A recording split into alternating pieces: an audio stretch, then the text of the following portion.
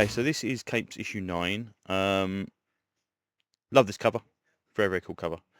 So yeah, so this new lass turns up and she's explaining about you got to work with some weird people, and apparently she gets teamed up with this guy called Webmaster, which of course looks nothing like Spidey. And we cut back to the fight, and Bolt gets a huge piece of metal for his chest. And this guy's kind of like, okay, right, I need to sort you out. So he shoots these little ball thingies, which apparently do actually do some damage.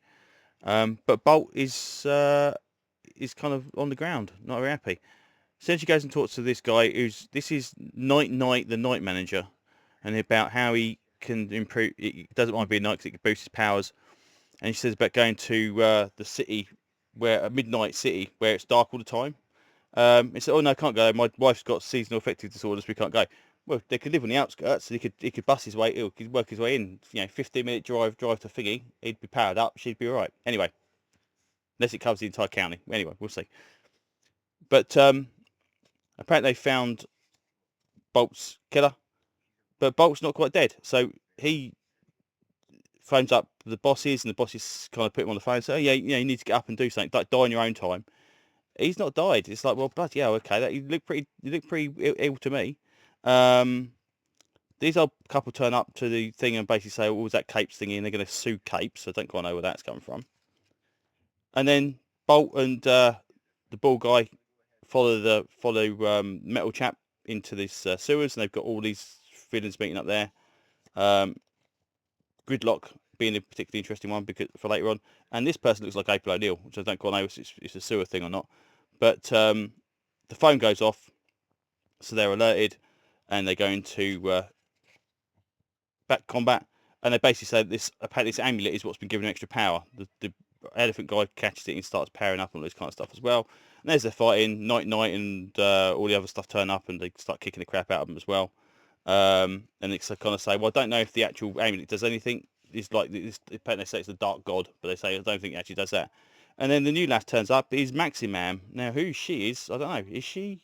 She's not very light, is she? I mean, that'd be interesting. But this Gridlock, me Gridlock, bash brains. That's a Grimlock Transformers quote, virtually. So interesting. Anyway, she turns up, starts kicking crap out of stuff. He cuts the night chappie cuts the trunk off the thing. The amulet goes flying. He smashes into the supports, and the entire place comes down top of him.